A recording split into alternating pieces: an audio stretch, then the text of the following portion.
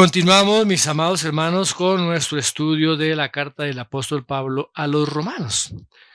La vez anterior terminamos ese poderoso capítulo 6. Hoy comenzamos con el capítulo 7. Dice así la palabra del Señor. Vamos a estar mirando los primeros 6 versículos. Romanos capítulo 7. Voy a leerles en la versión de la Reina Valera. Dice: ¿acaso ignoráis, hermanos, pues hablo con los que conocen la ley, que la ley se enseñorea del hombre entre tanto que éste vive? Porque la mujer casada está sujeta por la ley al marido mientras éste vive, pero si el marido muere, ella queda libre de la ley del marido. Así que, si en vida del marido se uniere a otro varón, será llamada adúltera, pero si su marido muriere, es libre de esa ley, de tal manera que si se uniere a otro marido, no será adúltera. Así también vosotros, hermanos míos, habéis muerto a la ley mediante el cuerpo de Cristo, para que seáis de otro, del que resucitó de los muertos, a fin de que llevemos fruto para Dios. Porque mientras estábamos en la carne, las pasiones pecaminosas que eran por la ley, obraban en nuestros miembros llevando fruto para muerte. Pero ahora estamos libres de la ley por haber muerto para aquella en que estábamos sujetos, de modo que sirvamos bajo el régimen del Espíritu y no bajo el régimen viejo de la letra. Padre, te damos gracias por tu palabra.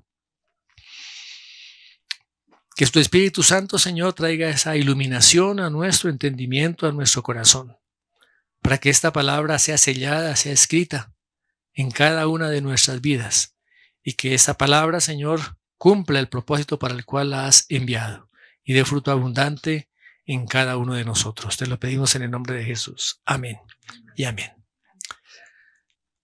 Cuando estudiamos el Antiguo Testamento, una de las características o de las cosas que saltan a la vista y que vamos a ver a través de todo el Antiguo Testamento es el valor, la dignidad, el honor que se le da a la ley de Dios. Cuando se habla de ley en el Antiguo Testamento, se mencionan varias palabras como mandamientos, como testimonios, ordenanzas, estatutos. Esas son las palabras con que se refiere el Antiguo Testamento a la ley de Dios. Vamos a mirar lo que dice el Antiguo Testamento, particularmente en el libro de Deuteronomio, capítulo 6.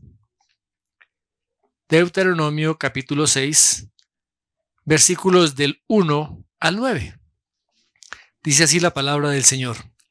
Estos pues son los mandamientos, estatutos y decretos que Jehová vuestro Dios mandó que os enseñase, para que los pongáis por obra en la tierra a la cual pasáis vosotros para tomarla, para que temáis a Jehová tu Dios, guardando todos sus estatutos y sus mandamientos que yo te mando, tú, tu hijo y el hijo de tu hijo, todos los días de tu vida, para que tus días sean prolongados.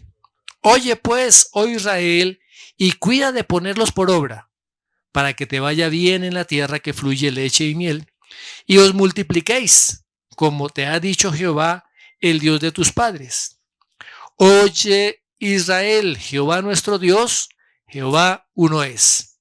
Y amarás a Jehová tu Dios de todo tu corazón, de toda tu alma, con todas tus fuerzas. Y estas palabras que yo te mando hoy estarán sobre tu corazón. Y las repetirás a tus hijos, y hablarás de ellas estando en tu casa y andando por el camino, y al acostarte y cuando te levantes. Y las atarás como una señal en tu mano, y estarán como frontales entre tus ojos, y las escribirás en los postes de tu casa y en tus puertas. La palabra del Señor a través de de Moisés al pueblo de Israel, dándole una prioridad, exaltación y un honor a su palabra. El sabio Salomón también se refirió al respecto también de los mandamientos. Miremos lo que dice Eclesiastés capítulo 12, verso 13. Dice: teme a Dios y guarda sus mandamientos, porque esto es el todo del hombre. Hay un salmo bien interesante que habla muchísimo acerca de los mandamientos, de los estatutos del Señor. Y es precisamente el Salmo 119. Y vamos a mirar algunos versículos. Por ejemplo, el versículo 1 dice: bienaventurados los perfectos de camino, los que andan en la ley de Jehová. El versículo 4 dice: tú encargaste que sean muy guardados tus mandamientos. El versículo 5 dice: ojalá fuesen ordenados mis caminos para guardar tus estatutos. El versículo 11 dice: en mi corazón he guardado tus dichos para no pecar contra ti. El verso 12 dice: bendito tú, oh Jehová, enséñame tus estatutos. El versículo 16 dice: me regocijaré en tus estatutos, no me olvidaré de tus palabras. El verso 34 dice: dame tu entendimiento y guardaré tu ley, y la cumpliré de todo corazón. El versículo 97 dice: oh, cuánto amo tu ley, todo el día es ella mi meditación. El versículo 160 dice: la suma de tu palabra es verdad, y eterno es todo juicio de tu justicia. El 165 dice: mucha paz tienen los que aman tu ley, y no hay para ellos tropiezo. El 172: hablará mi lengua tus dichos, porque todos tus mandamientos son justicia. Wow. La ley tiene un lugar preponderante en el Antiguo Testamento. Y uno de esos voceros que Dios eligió para eso fue Moisés. Miremos lo que dice allá en Éxodo capítulo 18, verso 16, cuando Moisés le dice a su suegro que su trabajo principal, que su función principal dada por el Señor, era declarar las ordenanzas de Dios y sus leyes. El profeta Isaías también habla con respecto a la ley del Señor ahí en Isaías 42, 21. Jehová se complació por amor de su justicia en magnificar la ley y engrandecerla. La preponderancia de la ley en el Antiguo Testamento. Miremos el Salmo 19, como también el rey David compone este salmo. Salmo 19, versículos del 7 al 10. La ley de Jehová es perfecta, que convierte el alma. El testimonio de Jehová es fiel, que hace sabio al sencillo. Los mandamientos de Jehová son rectos, que alegran el corazón. El precepto de Jehová es puro, que alumbra los ojos. El temor de Jehová es limpio, que permanece para siempre. Los juicios de Jehová son verdad, todos justos. Deseables son más que el oro, y más que mucho oro afinado, y dulces más que miel, y que la que destila del panal. La eminencia de la ley del Señor. El último profeta del Antiguo Testamento, que fue Malaquías, también hace una exaltación a la ley del Señor. Venimos allá a Malaquías. Malaquías capítulo 4, verso 4.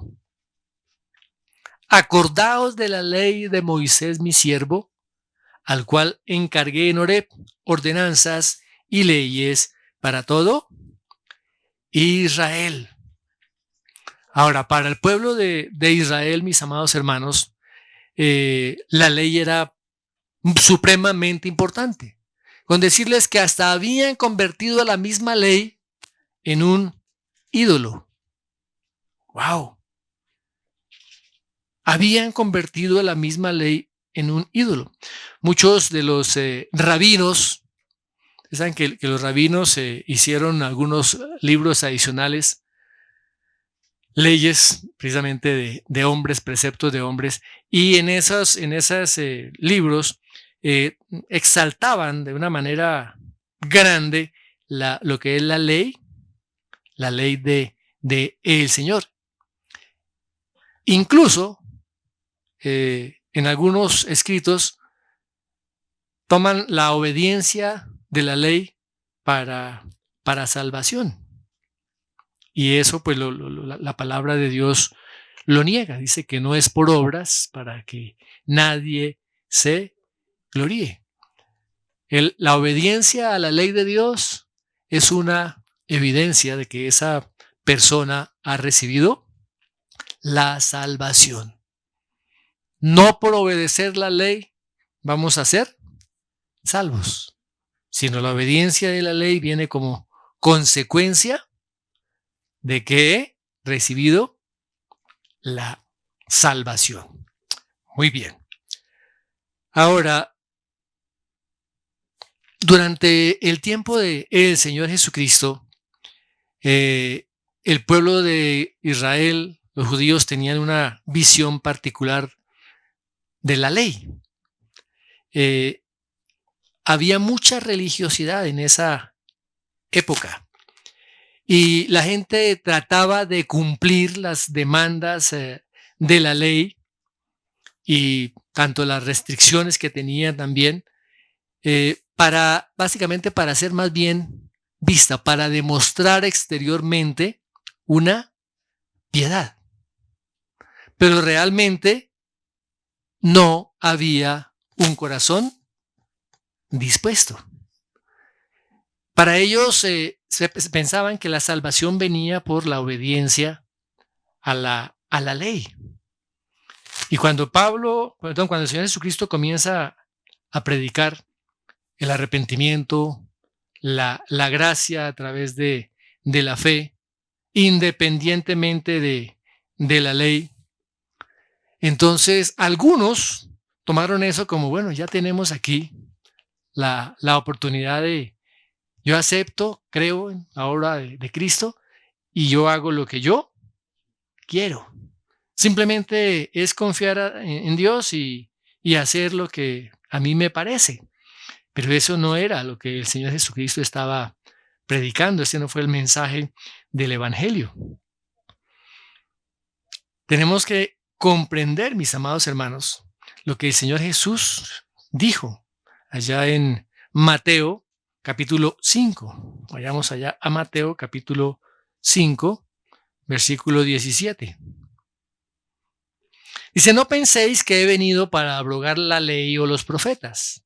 No he venido para abrogar, sino para cumplir. Porque de cierto os digo que hasta que pasen el cielo y la tierra, ni una jota ni una tilde pasará de la ley hasta que todo se haya cumplido. De manera que cualquiera que quebrante uno de estos mandamientos muy pequeños, y así se enseña a los hombres, muy pequeño será llamado en el reino de los cielos. Mas cualquiera que los haga y los enseñe, este será ya llamado grande en el reino de los cielos. Ahora, Pablo precisamente da testimonio de esos oráculos de Dios que fueron dados incluso por medio también de los ángeles y por parte también de Dios mismo. Son sagrados, son inviolables. Miremos lo que dice allá en Romanos 3:2. Romanos capítulo 3, verso 2. Dice, mucho en todas maneras, primero ciertamente que les ha sido confiada la palabra de Dios. Estaba hablando con respecto al pueblo de Israel. Hebreos 2:2. Porque si la palabra dicha por medio de los ángeles fue firme y toda transgresión y desobediencia recibió justa retribución, y que la palabra de Dios fue dada por Dios mismo y también por medio de los ángeles. Ahora, viene la pregunta, ¿por la fe nosotros estamos invalidando la ley? ¿Qué piensan ustedes? ¿Por la fe se invalida la ley?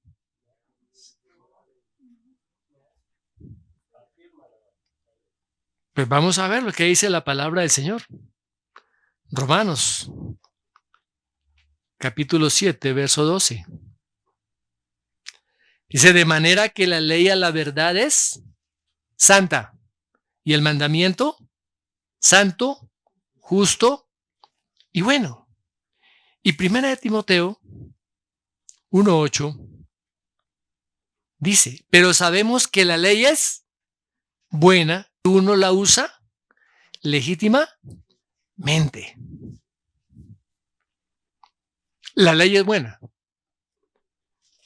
Ahora, ¿podemos ser salvos por esas obras de la ley? ¿Podemos ser salvos por cumplir la ley de Dios?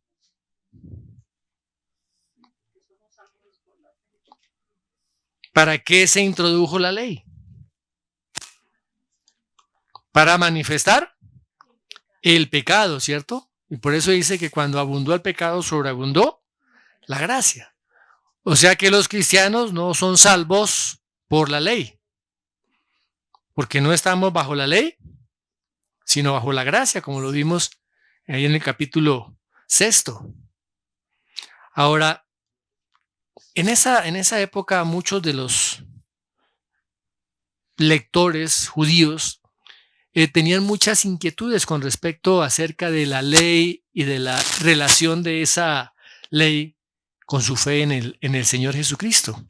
Y aquí es donde Pablo comienza a dar una explicación para que la podamos entender mucho mejor. Recuerdan que en el capítulo 6 de Romanos hay unas verdades absolutas. Cuando él dice, mire, ya como cristianos ya no estamos bajo la ley. Ya la ley no nos condena. La ley ya no tiene el poder para condenarnos. Y en este capítulo 7 va a exponer una nueva verdad, que ahora ya estamos bajo la gracia. Estamos bajo la gracia. Miremos lo que dice el capítulo 7, verso 1. ¿Acaso ignoráis, hermanos, pues hablo con los que conocen la ley, que la ley se enseñorea del hombre, entre tanto que éste vive? ¿A quién se está dirigiendo Pablo? A sus hermanos. ¿Cuáles hermanos? A sus hermanos judíos, los que conocen la ley. Dice, oiga, ¿ustedes acaso no conocen esto? Deben entenderlo y deben conocerlo. Y dice, a los que conocen la ley. Pero aquí no se está hablando solamente de la ley de Dios. En el original no tiene ese artículo la, sino simplemente habla de la ley de una manera general, de los que conocen ley. ¿Cuál ley en esa época? Pues la ley romana, ¿cierto? O la ley griega, o la ley también bíblica. Nosotros conocemos ley porque estamos también bajo un sistema legal. Todos conocemos ley. ¿Y qué está diciendo aquí el apóstol Pablo? Que mientras una persona está viva, se enseñorea del hombre. La ley se enseñorea del hombre. Pero ¿qué pasa cuando un criminal muere? ya la ley no lo puede sujetar, ya no está, ya no le pueden hacer un proceso, ya tampoco se puede castigar. Así hayan sido terribles los pecados o las atrocidades que haya cometido. Mientras se está bajo la ley y si esa persona está viva, tiene el dominio, la ley sobre esa persona. Esta es una verdad absoluta. La ley se enseñorea del hombre que entre tanto está vivo. Y aquí Pablo nos presenta una analogía para que la podamos poder entender un poquito mejor. El versículo 2 y 3 dice, porque la mujer casada está sujeta por la ley al marido mientras vive.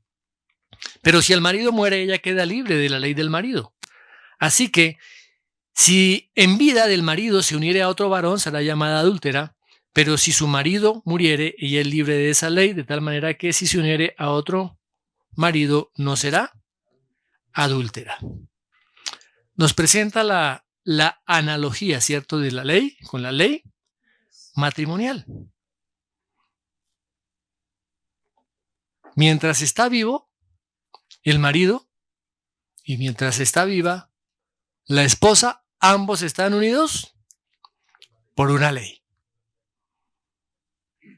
Si alguno de los dos, y aquí habla particularmente de la mujer, si se une a otro hombre, dice que es adúltera. ¿Cuándo están vigentes las leyes de ese matrimonio? Mientras ambos están vivos. Si uno de ellos muere, si el varón muere y esta mujer queda viuda y se une a otro varón, ¿qué sucede? Está libre de la ley del marido. Pero si el hombre no ha muerto, el marido no ha muerto y se une a otro varón, dice la palabra que es una mujer, ha transgredido la ley. ¿Cuál ley? La ley del matrimonio. Pero si el hombre muere, la mujer queda libre de la ley y queda en una posición legal y aceptable para volver a casarse. Esa viuda queda libre ¿de qué? De la ley y del marido, algunos dicen, ¿no? Y Pablo alentaba a las viudas jóvenes a que se volvieran a casar, pero que se casaran con un creyente y que tuvieran hijos. Allá en primera de Timoteo 5:14 dice que las viudas jóvenes se casen, críen hijos, gobiernen su casa, que no den al adversario ninguna ocasión de maledicencia. Ahora, ¿cómo traemos eso a nuestra vivencia diaria? ¿Cómo podemos aplicar estas verdades a nuestra vida diaria? Miremos lo que dice el versículos 4 y 5.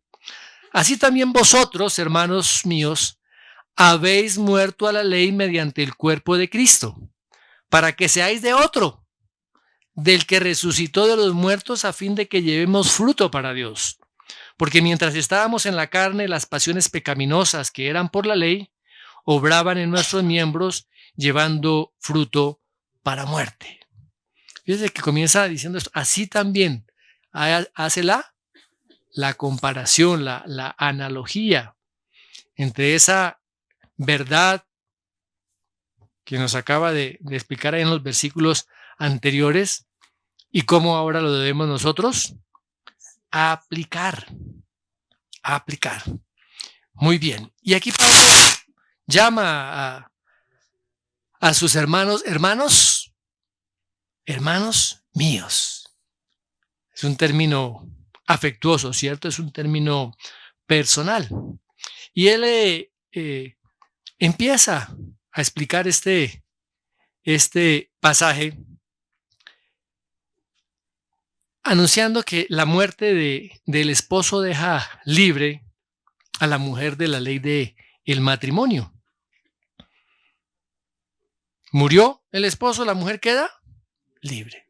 Y comienza a decirle, mire, de igual manera ustedes han muerto a la ley. Todos aquellos que han creído y aferrado a la obra de el Señor Jesucristo, dice, habéis muerto a la ley. Y eso, la muerte no es parcial, es total, completa. ¿Y cómo hemos muerto a la ley? ¿Será que nos sometemos nosotros a nosotros mismos a la ley? Es porque hemos creído en el Señor Jesucristo y nos identificamos con la muerte de Cristo. Hemos creído en Él y ahora nos identificamos con Él. O sea que en el Antiguo Testamento la ley nunca fue un medio de salvación. La ley nunca ha sido un medio de salvación. Tenemos que entender eso. ¿Cuál es el poder que tiene la ley? La ley tiene poder para condenar. Condenar a los hombres a la muerte por causa de su pecado. Lo que vimos allá en el capítulo 6 verso 23, 6:23. ¿Qué dice? Del pecado, porque la paga del pecado es la muerte, más la dádiva de Dios es vida eterna en Cristo Jesús, Señor nuestro. Ahora, la fe en el Señor Jesucristo trae como consecuencia ahora también la muerte a la ley. ¿Cómo así? ¿Qué pasó con la viuda? ¿Cuando murió el marido? ¿Quedó libre de qué? De la ley del matrimonio. Ahora, para todos aquellos que estamos en Cristo, por cuanto Cristo murió, Él cumplió toda la ley y Él murió. Por eso dice, yo no vine a abrogar la ley, sino a cumplirla. Ahora somos libres de la ley, de el castigo de la ley. Somos libres del castigo de la ley. ¿Y qué sigue diciendo el apóstol Pablo? Mediante el cuerpo de Cristo. Él sufrió la muerte en nuestro lugar. Y ahora como creyentes somos libertados de esa relación que teníamos antes con la ley. Así como la viuda queda libre de esa relación con ese esposo anterior, ahora nosotros como creyentes somos libres. ¿Para qué? ¿Qué dice el apóstol? Para que seáis de otro esposo. Ahora nos ligamos o nos unimos o nos casamos a Jesucristo para ser de Él, de aquel que resucitó de los muertos. Él resucitó de los muertos. O sea, cuando somos nosotros salvos, hay un cambio completo, mis amados hermanos, en nuestra relación con la ley. Hay un cambio completo en nuestra relación matrimonial. Ya no estamos casados con la ley o a la ley, porque ahora ese marido anterior murió y ahora estamos ligados a un nuevo esposo, al Señor Jesucristo, el esposo de la iglesia. Veamos cómo el apóstol Pablo allí en Efesios nos da una imagen de esta relación tan preciosa, tan hermosa. Está en Efesios capítulo 5, versos 24 al 27. Dice, así que como la iglesia está sujeta a Cristo, así también las casadas lo estén a sus maridos en todo.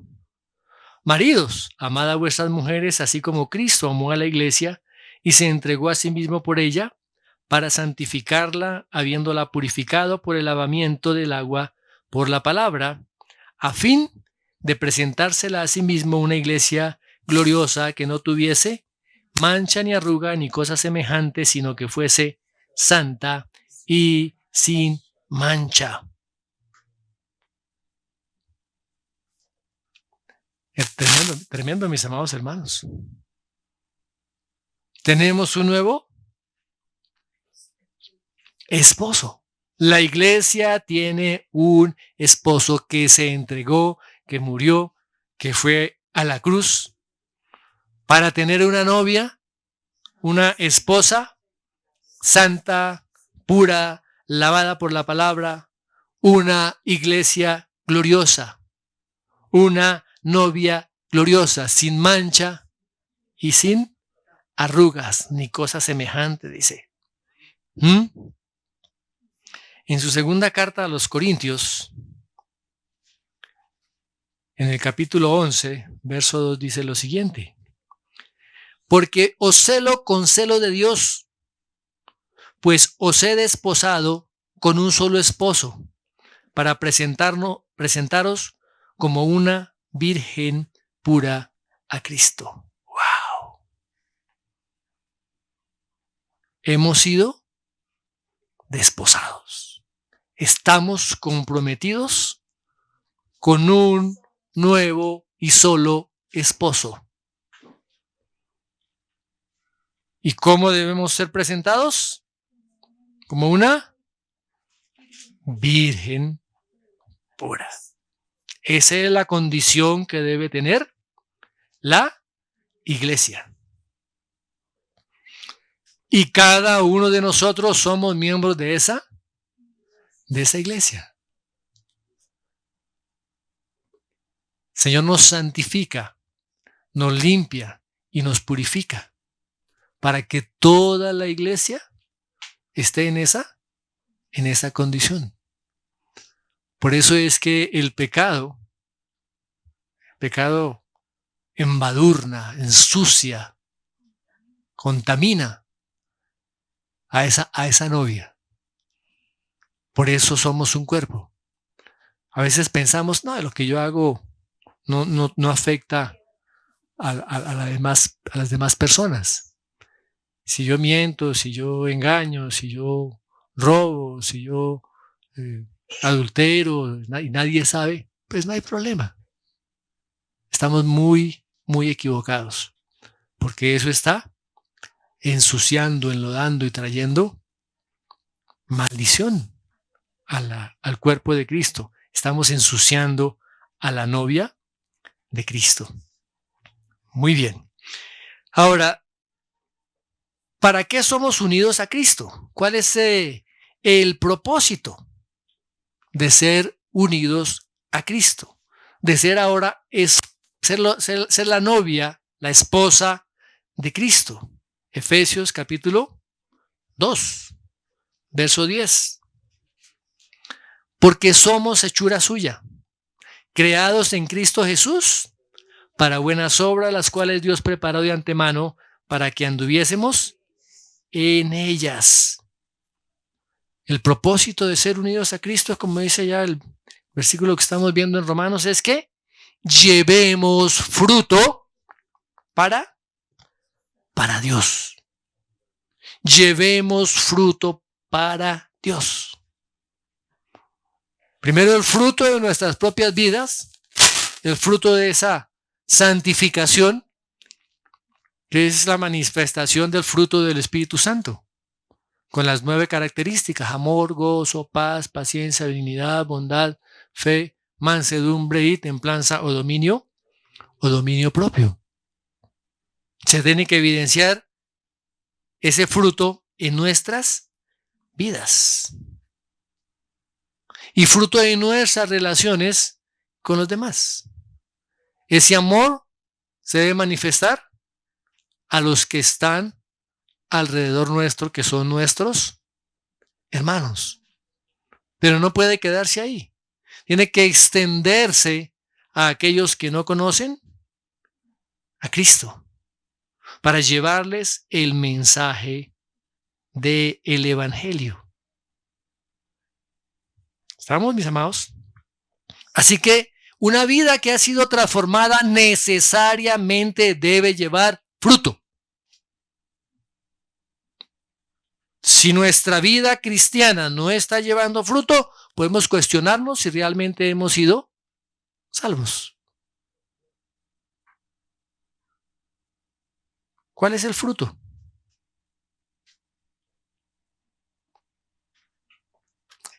Tiene dos aspectos esta parte también del fruto.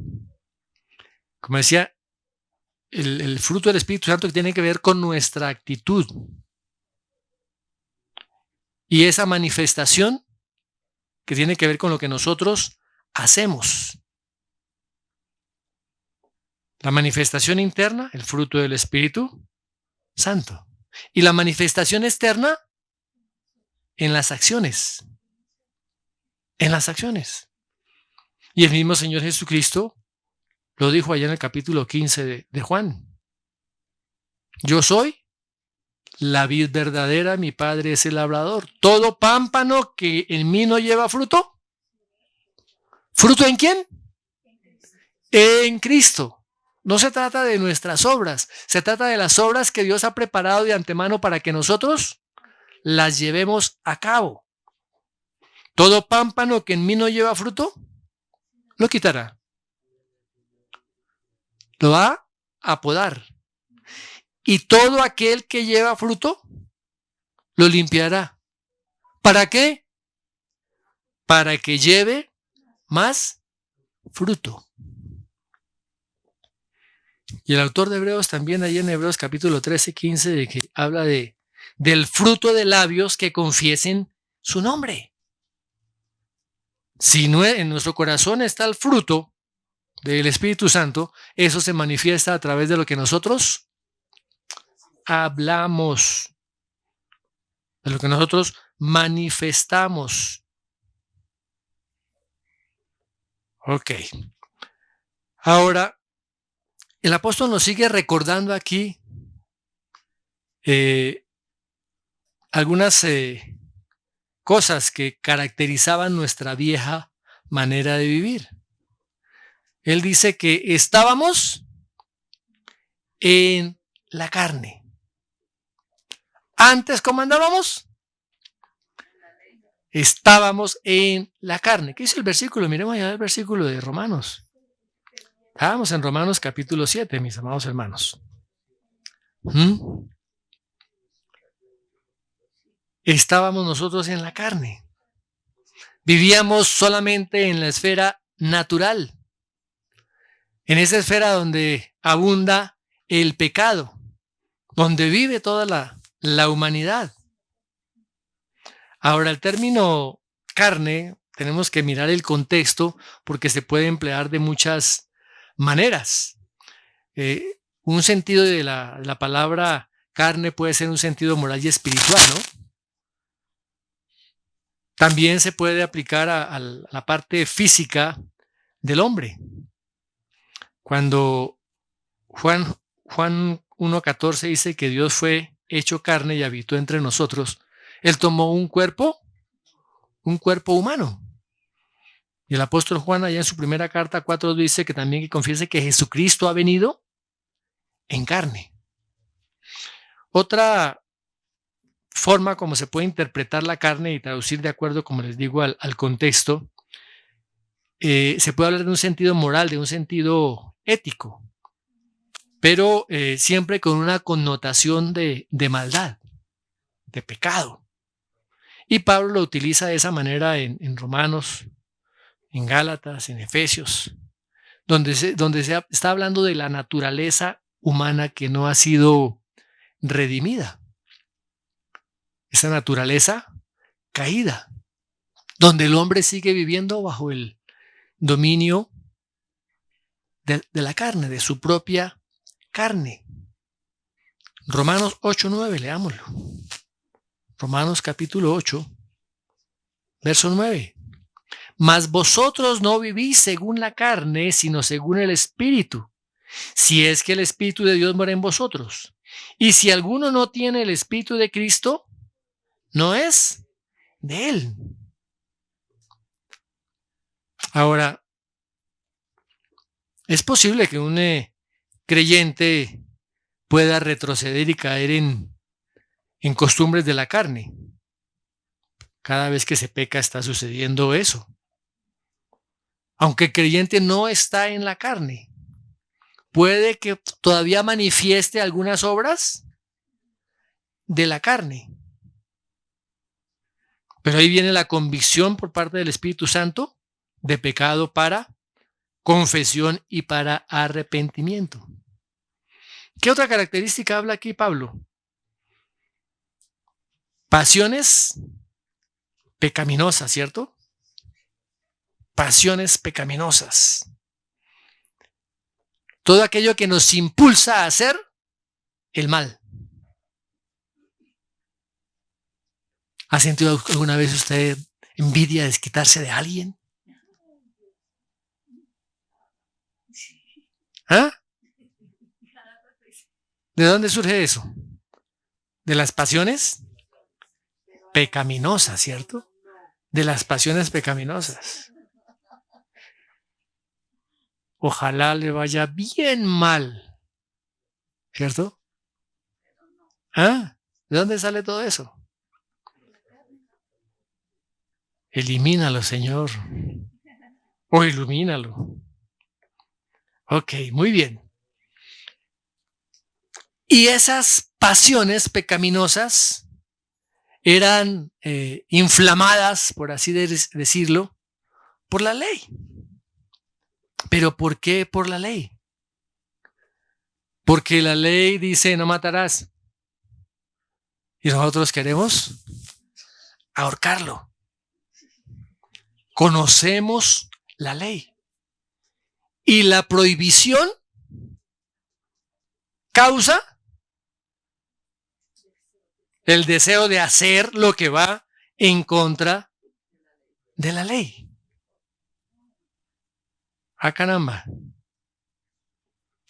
Conocemos la ley. Y tenemos que aprender a distinguir entre lo bueno y lo malo. ¿Qué nos dice la ley? ¿Qué nos declara la ley?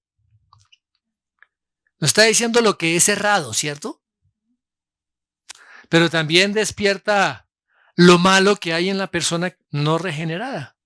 ¿Por qué? Porque tiene una naturaleza rebelde. Y se anima esa naturaleza a hacer precisamente las cosas que están prohibidas. ¿A usted alguna vez le hicieron alguna prohibición? No va a ir a esa fiesta. ¿Pero por qué? No sé qué. ¿Y qué hacía usted? Se volaba medianoche por la ventana para... Ajá. La prohibición es impulsadora. La prohibición es impulsadora a hacer lo contrario a esa prohibición. Ah, caramba, se metió con el que no era. Pero ya que. Muy bien, ¿qué más sigue diciendo la palabra? Que esa vieja vida del creyente, ¿cierto? Estaban obrando en sus miembros. ¿Y qué fruto llevaban? Fruto para muerte. Fruto para muerte. Y aquí la palabra cuando habla de obraban, o sea, estaban operando con fuerza, con poder. Esta palabra viene de la palabra energía. O sea, toda la persona, todo el ser de la persona estaba actuando con poder. ¿Para qué? Para que esas pasiones produzcan el fruto definitivo que es la muerte. Muy bien. Y miremos lo que dice el versículo 6. Dice, pero ahora estamos libres de la ley por haber muerto para aquella en que estábamos sujetos.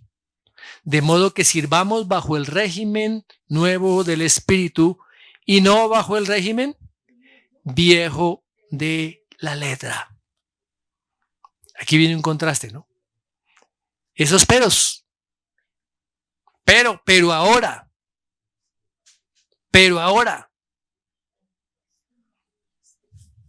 Estaba hablando de los hombres que no han sido regenerados.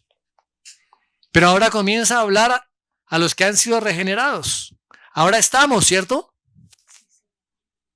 Estamos. El versículo 4 también habla a los regenerados. ¿Estamos qué? ¿En qué estamos? ¿En qué estamos? ¿Qué dice el versículo 6? Libres.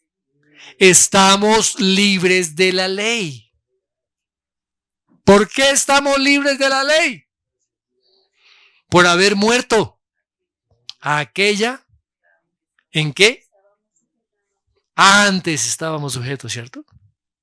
Antes estábamos sujetos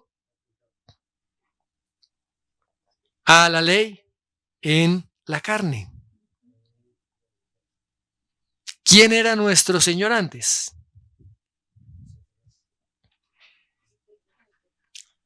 Nuestro Señor era la ley, ¿cierto? Porque estábamos vivos para hacer nuestros propios deseos. Vivíamos bajo la ley. Cuando morimos juntamente con Cristo, Él paga nuestra deuda de pecado. Y por ese acto ahora nosotros quedamos libres de las penas que merecíamos bajo la ley. Veamos lo que dice el apóstol Pablo allá en Gálatas 3:13. Cristo nos redimió de la maldición de la ley hecho por nosotros maldición, porque está escrito, maldito todo el que es colgado en un madero. Ya no tenemos el yugo de la ley sobre nosotros. Ahora, eso no significa que tenemos la libertad para ir en contra de la ley. Ojo. Vuelvo y se lo repito. El ser, mis amados hermanos, libertados, el ser libres del yugo de la ley, no significa que ahora tenemos libertad para hacer lo que está prohibido por la ley. ¿Sí me hago entender? O sea, la libertad de la ley no me da libertad para pecar. La libertad de la ley no me da libertad para pecar, sino todo lo contrario. Me da libertad para poder hacer lo que es justo, lo que es recto, lo que una persona que no ha sido regenerada no puede hacer. Y lo que el apóstol Pablo nos está diciendo acá es que todos los que han sido redimidos son capaces de hacer lo que es correcto, lo que es justo. ¿Queda claro? Ok. Ahora, ¿qué más sigue diciendo Pablo? Que somos libres de la ley, ya no estamos bajo la servidumbre de la ley, para que sirvamos a la ley. Ya no somos esclavos o sirvientes de la ley. ¿Ahora qué somos? Ahora hemos sido libertados de esas consecuencias de la ley.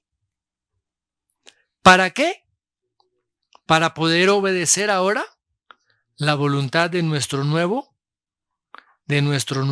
amo. ¿Qué sigue diciendo el apóstol Pablo?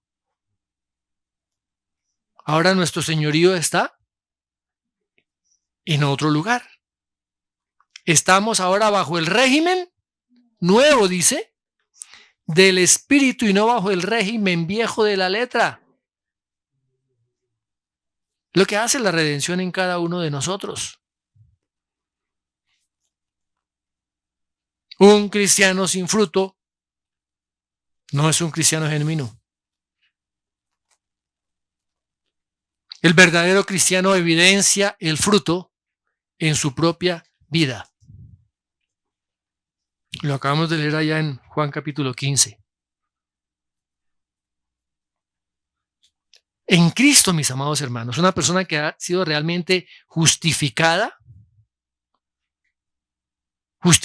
por la obra del Señor, puede estar totalmente segura y confiada. Es una persona santa, es una persona libre, es una persona que da fruto, es una persona que sirve a Dios. Esa es la características de una persona que ha sido salva, que ha sido regenerada. Esta regeneración se tiene que manifestar en la vida del creyente. Si esos frutos no se manifiestan en la vida del creyente, dudemos de que sea un verdadero creyente, no ha sido justificado. Ahora, como para nosotros como cristianos, ¿desechamos la ley? Para nada, la ley sigue siendo muy importante. ¿Por qué? Porque podemos ahora satisfacer las demandas de la ley. Podemos satisfacer ahora las demandas de la ley. ¿Por qué? Porque el cristiano tiene una nueva naturaleza. Y el Espíritu Santo que está en él lo empodera para poder obedecer. Ya el cristiano no está bajo el yugo del castigo de la ley. Pero en su ser interior está ese deseo, ese anhelo y esa pasión por vivir conforme a los estándares de la palabra de Dios. Estándares de piedad. Y podemos decir, como dijo el salmista, oh Señor, cuánto amo tu ley. Así que como cristianos, mis amados hermanos, estamos muertos a la ley en cuanto respecta a las exigencias y a las consecuencias de la condenación que la ley impone. ¿Por qué? Porque ahora vivimos bajo el régimen nuevo del Espíritu. Ahora amamos la ley. Ahora servimos a la ley de Dios sin reservas, con un corazón lleno de gozo, con un corazón lleno de pasión por el Señor. Un corazón que nos anima y nos lleva a hacer la voluntad de Dios. Y cuando hacemos la voluntad de Dios, damos gloria al Señor a través de cada una de nuestras vidas. Por eso tenemos que entender esa relación de la ley y de la gracia. ¿Quedó claro, mis amados hermanos?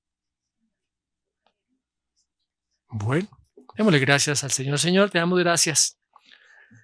Gracias porque todo el juicio y la condenación que el pecado traía sobre nosotros, ahora, Señor, al haber nacido de nuevo, hemos sido libertados de todas esas consecuencias de violar tu ley, porque el Señor Jesucristo, quien cumplió fielmente tu ley, Él llevó, Señor,